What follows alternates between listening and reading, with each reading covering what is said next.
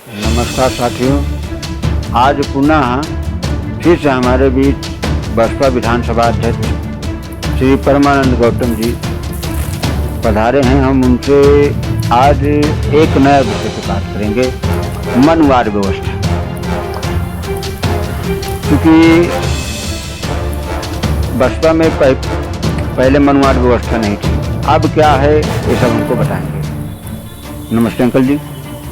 नमस्कार, बहुत बहुत धन्यवाद यूटी न्यूज।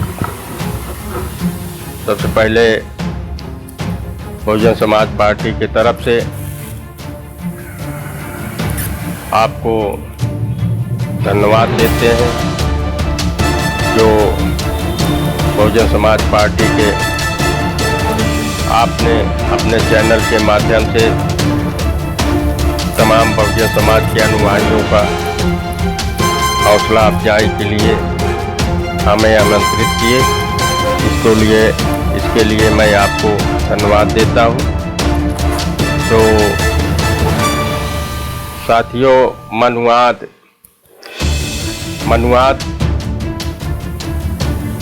आज बहुजन समाज पार्टी बनी क्यों, बहुजन समाज पार्टी बनाने का आवश्यकता क्यों पड़ी, इसी मनवाद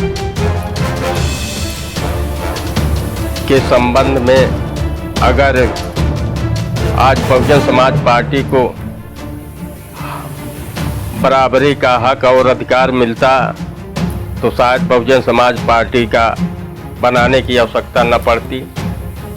इसलिए जब हमारे मसीहा मानवर कांसी राम साहब जी ने बाबा साहब के संघर्षों को पढ़ा तो उन्होंने उनके मन में एक जिज्ञासा जागी।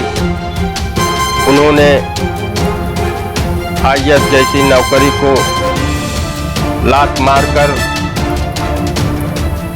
इस मनवाद व्यवस्था को समझाने के लिए पूरे देश में पैदल तमाम वाम सेव के माध्यम से पहले नौकरी पेशा के लोगों को जोड़ने का काम किया। मनवाद अगर आज हिंदुस्तान के आज़ादी में बहुजन समाज के लोगों का मान सम्मान स्वाभिमान से अगर जीने का अधिकार मिलता और सारी पार्टियां देती तो आज बहुजन समाज के लोगों का बहुजन समाज पार्टी बनाने का आवश्यकता न पड़ती। तो मनवाद का मतलब आज भी इतने दिनों के संघर्ष के बाद भी आज तमाम देखते होंगे गरीब तबके के, चाहे वो OBC हो, SC ST हो, तमाम जो इस तरह से है, आज भी गांव में लोग छुआछूत, भेदभाव और धर्म के आड़ में तमाम तरह की गुमराहियत बातें करते हैं। जबकि सही चीज़ ये है, तमाम हमारे पढ़े लिखे विद्वान लोग और तमाम परिवर्तन में, चाहे वो धार्मिक परिवर्तन रहा हो, चाहे राजनीतिक परिवर्तन मंच रहा हो, हर आदमी लोगों का क्या अधिकार है, मनुष्य को रहना कैसे चाहिए, उनका खान पान कैसे होना चाहिए। लेकिन कहते तो सब है, लेकिन उसको मौखिक करते नहीं। तो बहुजन समाज पार्टी, हमारे मसीहा जितने भी संत महापुरुष हुए, मनवाद का ही लड़ाई लड़ते हुए बहुजन समाज पार्टी का गठन किया। आज तमाम विरोधी पार्टियां जो कहती है कि बहुजन समाज पार्टी की राजनीति नहीं समझ में आती, बहुजन समाज पार्टी करना क्या चाहती है, तो साथियों, बहुजन समाज पार्टी राजनीतिक कम परिवर्तन व्यवस्था की बात करती है। इसलिए बहुजन समाज पार्टी हर पार्टियों से अलग उनका सिद्धांत, उनका विचार, उनका कल्चर होता है।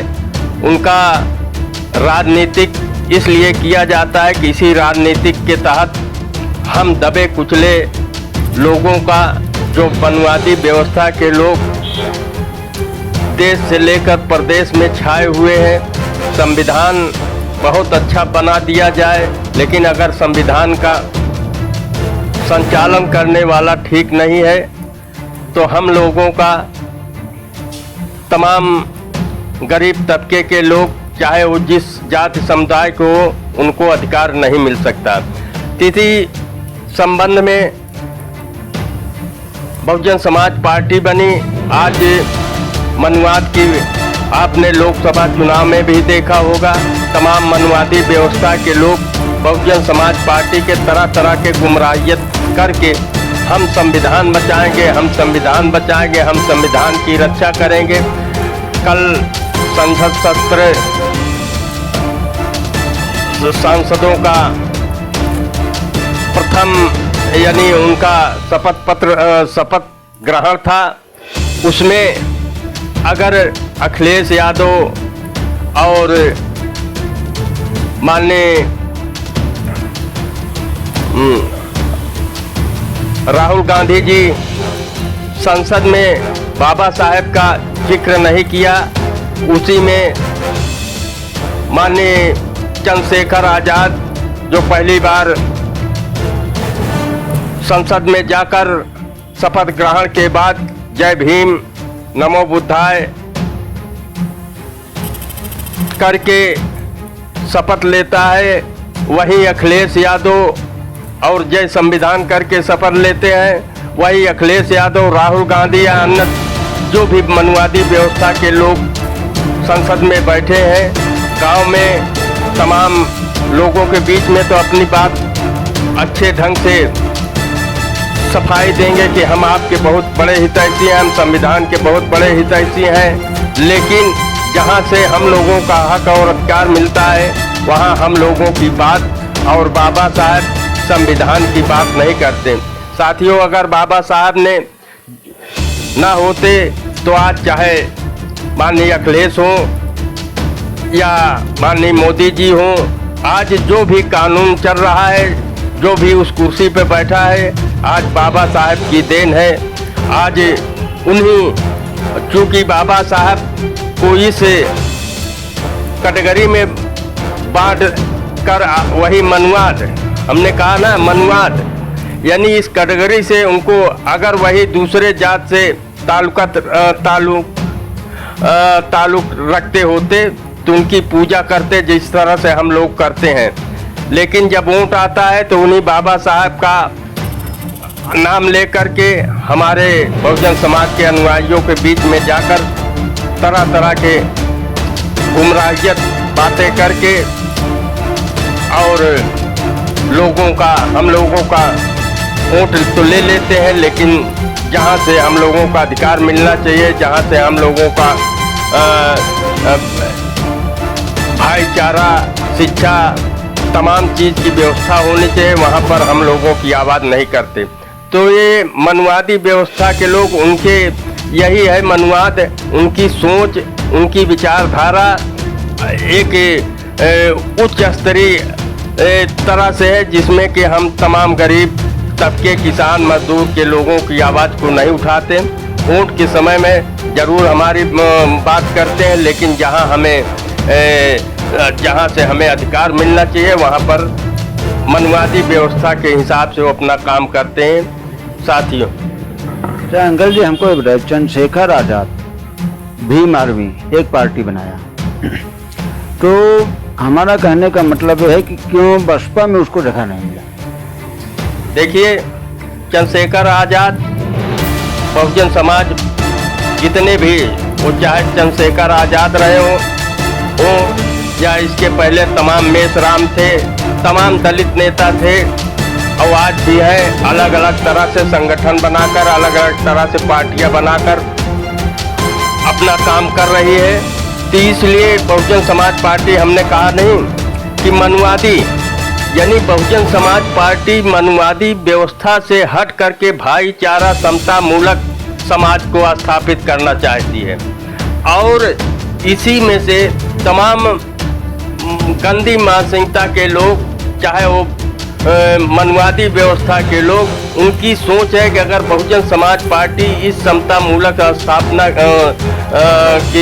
स्थापना कर लेगी तो हम लोगों को कोई पूछने वाला नहीं होगा। तीसरी एससी समाज से आज जो भी जितने भी नेता पैदा हुए हैं, अगर मानवर साहब बहुजन समाज पार्टी का गठन न किए होते, चेतना न आती, तो चाहे चंद्रशेखर हो, चाहे माननीय मेषराम हो, चाहे महाराष्ट्र के आज भी भारतीय जनता पार्टी में राज्य मंत्री बने हैं, तमाम दलित नेता हैं, चाहे खड़गे हो, आज उनको कोई पूछने वाला ना होता। बहुजन समाज पार्टी बना करके मानवर साहब ने दिखा दिया कि मनुवादी व्यवस्था, मनुवादी सोच के लोग आज इस तरह से तो तमाम ऐसे काम कर रहे हैं कि जिससे ग्रामीण अंचल तमाम जिनको जो अधिकार मिलना चाहिए वो नहीं मिल रहा है। तो उसी में चंद्रशेखर अगर वही बाबा साहब की बात तो करते हैं, जय भीम करते हैं, नमो बुद्धाय करते हैं, लेकिन उनकी विचारधारा आपने देखा होगा विधानसभा चुनाव में उन्होंने यानी अखिलेश से गठबंधन करने की बात की, मोदी से मिला। तो आज हमारी पार्टी, चाहे वो मानवर साहब जी रहे हो, चाहे आज बहन जी हो, आज इतिहास है, हमारी पार्टी का कोई नेता किसी बड़ी पार्टी के पास आज तक नहीं गया। अगर उनकी आवश्यकता पड़ी तो बहुजन समाज पार्टी से समर्थन मांगने का काम किया।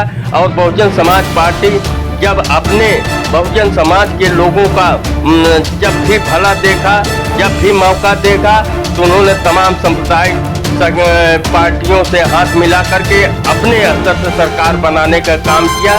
तो माननीय चंद्रशेखर जी हो और तमाम जैसे यानी तमाम नेता हैं जो बहुजन समाज पार्टी के बात करते हैं, वो दलित समाज से आते हैं, लेकिन उनकी सोच वो मनुवादी व्यवस्था के लोगों के मुट्ठी में एक प्रकार से उन्हें कह लिया जाए तो जैसे हमें कोई किसी प्रकार का लालच दे दे, हम उनकी बात का हाँ हजूरी करने लगे।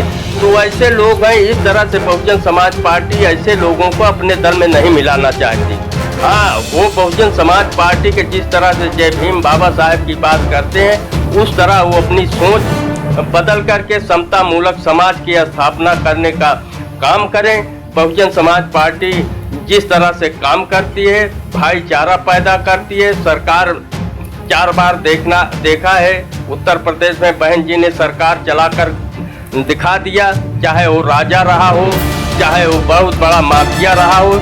कानून होता है, कानून हर आदमी के लिए लागू होना चाहिए। आज देख रहे हैं तमाम लोग, यही मोदी जी और योगी जी के तमाम मीडिया चैनलों के माध्यम से तमाम जय जयकार हो रहा है, लेकिन कानून व्यवस्था के आप देख लीजिए, कहीं तमाम सरेआम सरकारी तंत्र में आप चले जाइए, वहाँ कोई पूछने वाला नहीं है। जो हकीकत है उसकी सुनवाई नहीं है, जो गलत है उसके तुरंत एक्शन लिया जाता है।